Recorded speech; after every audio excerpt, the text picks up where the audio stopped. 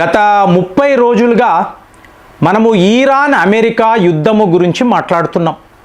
అంటే అమెరికా వాళ్ళు ఇరాన్పై దాడులు చేశారు, మీకు ఇజ్రాయెల్ వాళ్ళు మీకు ఇరాన్ యొక్క న్యూక్లియర్ సైట్స్ పైన చాలా పెద్ద లెవెల్లో అటాక్స్ చేశారు.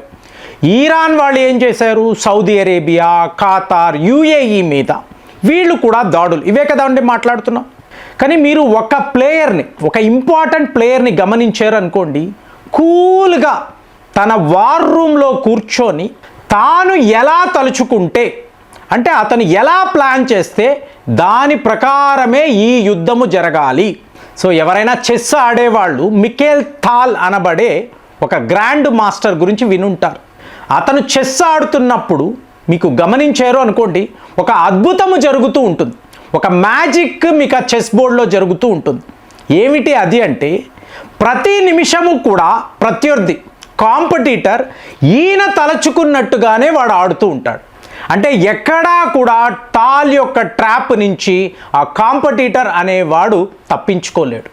సో ఇవాళ వ్లాదిమిర్ పుతిన్ ఈ పని చేస్తున్నాడు అంటే చాలామందికి షాకింగ్గా ఉంది. కానీ మాస్కోలో తన వార్ రూమ్లో పుతిన్ గారు చేస్తున్నది ఇదే. ఇప్పుడు మామూలుగా మనం వార్తలు వింటున్నాము, యుక్రెయిన్ వాళ్ళు 300 డ్రోన్స్ రష్యాపై వాడారు. సో ఇమీడియట్గా రష్యా వాళ్ళు 1000 డ్రోన్లు యుక్రెయిన్పై వాడారు. ఇవి వార్తలు మామూలుగా చూస్తాం న్యూస్ పేపర్స్లో. దీని వెనుక ఉండే బ్యాక్ స్టోరీని చూసారనుకోండి, ఒక 5 గ్రామాలు రష్యా వాళ్ళ చేతికి వచ్చేస్తుంది. యుక్రెయిన్ వాడు యుద్ధాన్ని కొనసాగిస్తున్న కొద్దీ రష్యా వాళ్ళ టెరిటరీ పెరుగుతూనే ఉంది. ఒక స్టేజ్లో జెలెన్స్కీ తెల్లారితే చూస్తే తన బంకర్ తప్ప ఇక అక్కడ ఏం మిగలదండి. ఆ లెవెల్లో రష్యా వాళ్ళు ప్లాన్ చేయగలరు. మరి ఇవాళ మీరు చూసారనుకోండి, ఇరాన్ యుద్ధం ఒకే ఒక అమెరికా మూవ్ అండి. వాళ్ళు ఈ తప్పు ఎప్పుడు చేస్తారా, లిటరలీ పుతిన్ గారు వెయిట్ చేస్తున్నాడు. ఈ తప్పు 100%, అంటే అమెరికా యొక్క పతనము అనేది పూర్తిగా డొనాల్డ్ ట్రంప్ చేతిలోనే ఉంది అని అతను నమ్ముతున్నాడు, అమెరికా ప్రజలు కూడా నమ్ముతున్నారు.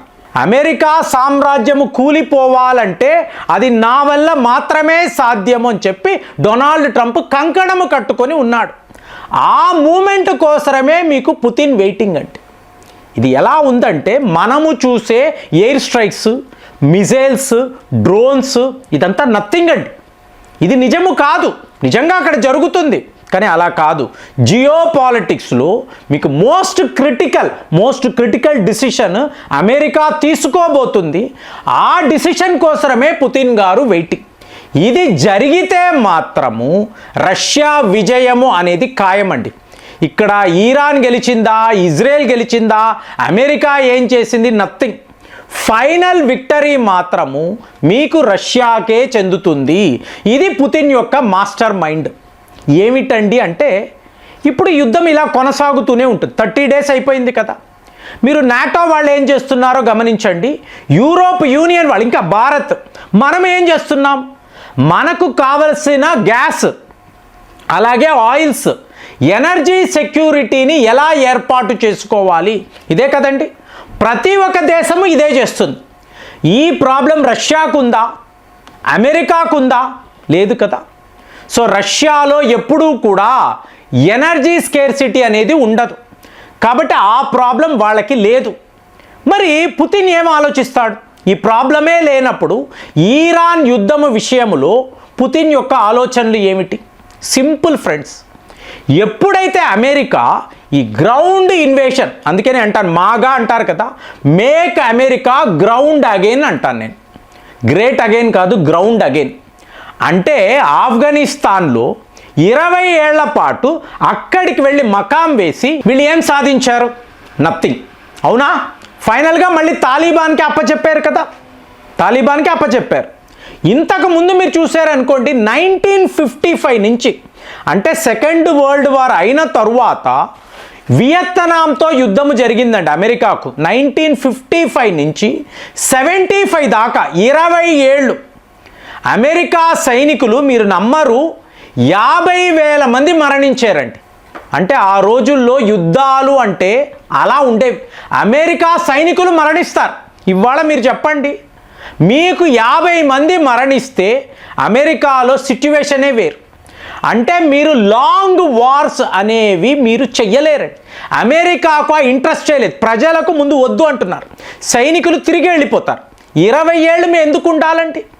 మీ సరదాలకు మేము మా ప్రాణాలను పణంగా పెట్టాలా? సో లాంగ్ వార్స్ అనేవి అమెరికా చరిత్రలో ఇక ఉండదు. అలాంటప్పుడు ట్రంప్ గారు నమ్ముతున్నాడు, ఈ అమెరికా యొక్క పతనము నేనే చెయ్యబోతున్నాను. రేపు చరిత్రలో ఎవరండి అమెరికా సామ్రాజ్యాన్ని కూల్చేరు అంటే ద గ్రేట్ డొనాల్డ్ ట్రంప్ అని అందరూ చెప్పుకుంటారు. సో ఇప్పుడు ఇతను 1000 మంది పారాట్రూపర్స్, 2200 మంది మెరైన్స్ను ఈరాన్లోకి పంపించబోతున్నాను. ఇదేనండి వెయిటింగ్ పాయింట్. అంటే మీరు ఓర్పు సహనముతో ఉన్నారు అనుకోండి, అంతిమ విజయం మీదే. ఇది పుతిన్ గారికి బాగా తెలుసండి.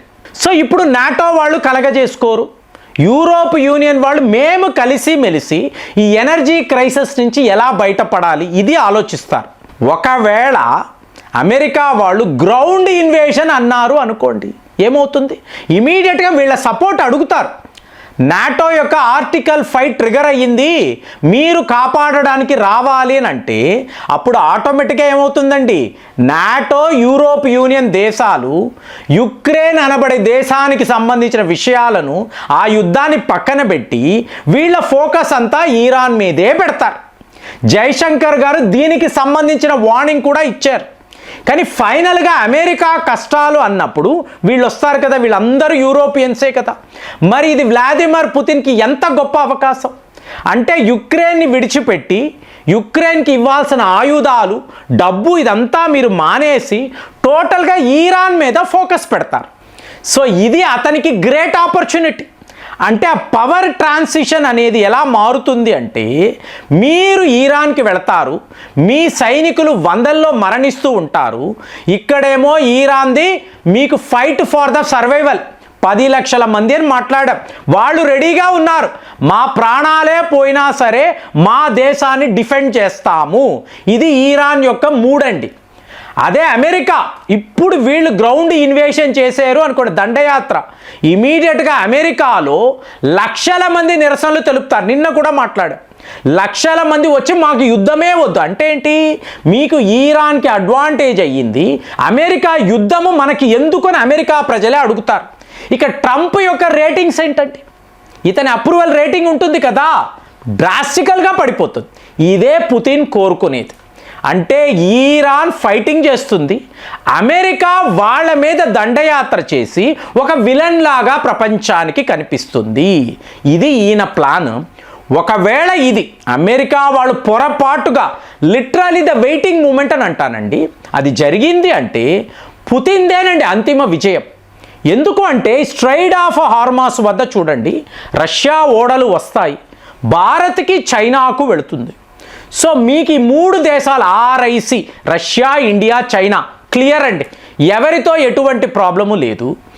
ఈరాన్కి వీళ్ళు చైనా వాళ్ళు ఆల్రెడీ అప్పులు ఇచ్చారు, బోల్డంత డబ్బులు ఇస్తున్నారు. రేపు భారత్ కూడా ఈరాన్ వద్దే చమురుకునే పరిస్థితి.